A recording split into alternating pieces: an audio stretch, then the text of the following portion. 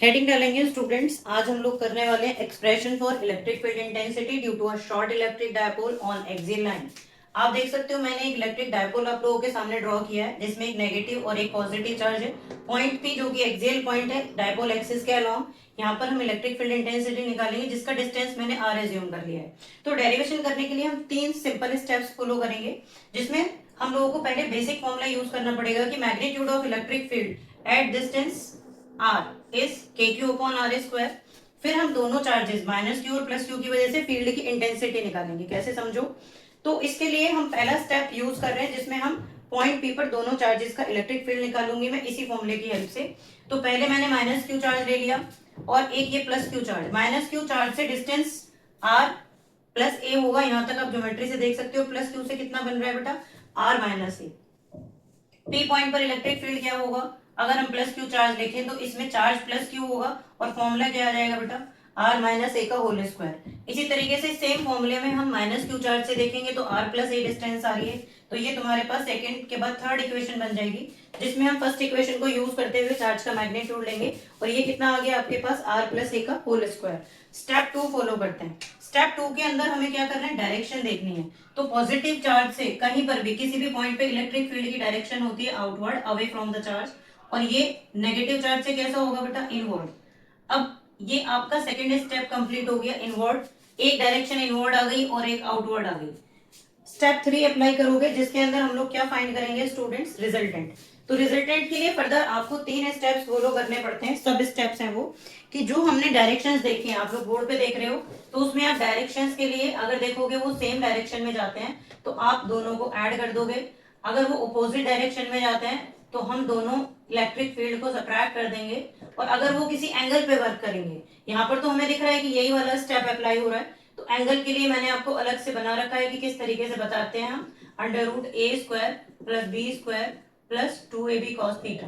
तो फिलहाल आप क्लियरली देख सकते हो कि हमारे पास बी सिचुएशन बन रही है जहां पर दोनों फील्ड्स की डायरेक्शन अपोजिट है, तो हम सब्ट्रैक्ट कर देंगे। और आपके पास ये स्टेप आप डायरेक्ट भी कर सकते हो क्वेश्चंस में, लेकिन यहाँ पर रिजल्टेंट निकालने के लिए क्योंकि डेरिवेशन बोर्ड में 3 मार्क्स में पूछी जाती है तो हम लोगों को स्टेप्स पूरे लिखने पड़ते हैं स्टूडेंट्स, अगर आप चाहते हो मार्क्स इस पे पूरे लेना।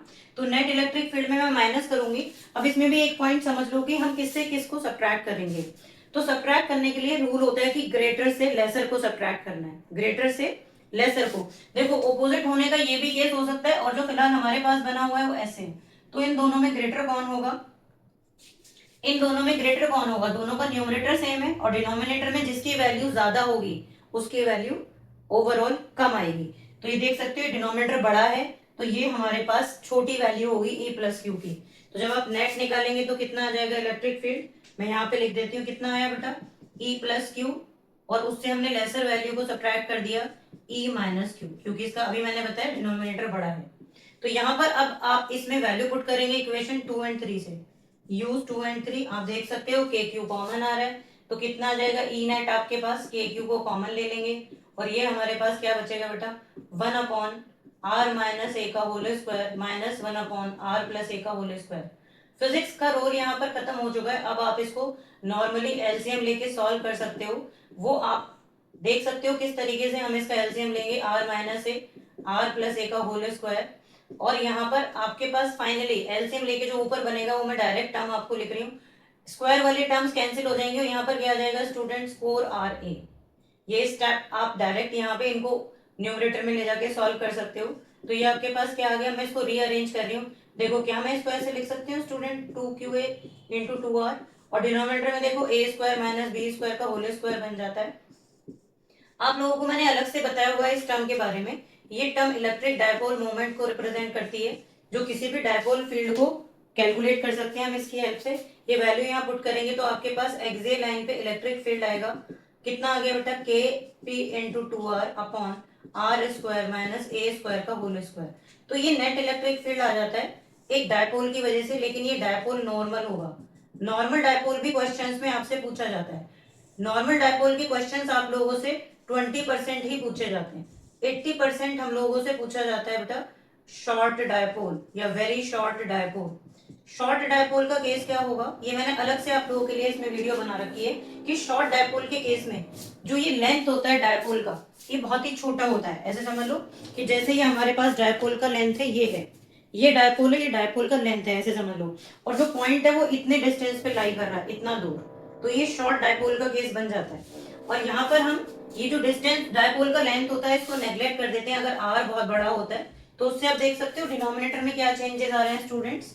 डिनोमिनेटर में आ रहा है आप लोगों के पास are square minus a square का होल स्क्वायर, जिसमें आप इसको ऑलमोस्ट जीरो ले लेंगे तो रिजल्ट क्या आएगा, आर की पावर 4। और एक्सियल पॉइंट पर आपके पास इलेक्ट्रिक फील्ड का मैग्नीट्यूड, अभी डायरेक्शन में आपको बताऊंगी किस तरीके से हम निकालेंगे। तो यहाँ पर आर इसकी जगह पुट कर देंगे, कितना आएगा बोलो, k p 2r, r raise to the power 4, एक आर कट हो गया, तो ये क्या बचेगा हमारे पास 2 kp upon are cube.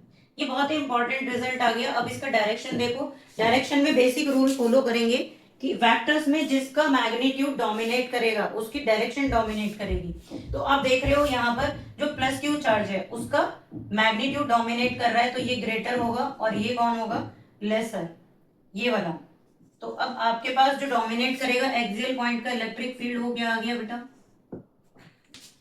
Positive की डायरेक्शन में, दोनों की डायरेक्शन सेम आ रही है। तो फाइनल आंसर में आप ये लिखोगे कि जो एक्सियल पॉइंट का इलेक्ट्रिक फील्ड है वो सेम डायरेक्शन में आएगा डायपोल मोमेंट के, ये हम डायरेक्शन लिख देते हैं। और इस पर होने वाले क्वेश्चंस हम डिस्कस करेंगे नेक्स्ट वीडियो में। लेकिन तो ऐसे कुछ इंटरेस्टिंग टॉपिक्स के लिए आप मेरे चैनल को सब्सक्राइब करें और यहाँ पर बेल आइकन ना बजाना भूलें। तो मिलती हूँ नेक्स्ट वीडियो में आपसे, तब तक आप चैनल को सब्सक्राइब करें और मेक योर ट्यूटोरियल लाइन का मैं डेरिवेशन लेकर आ रही हूँ आपके लिए।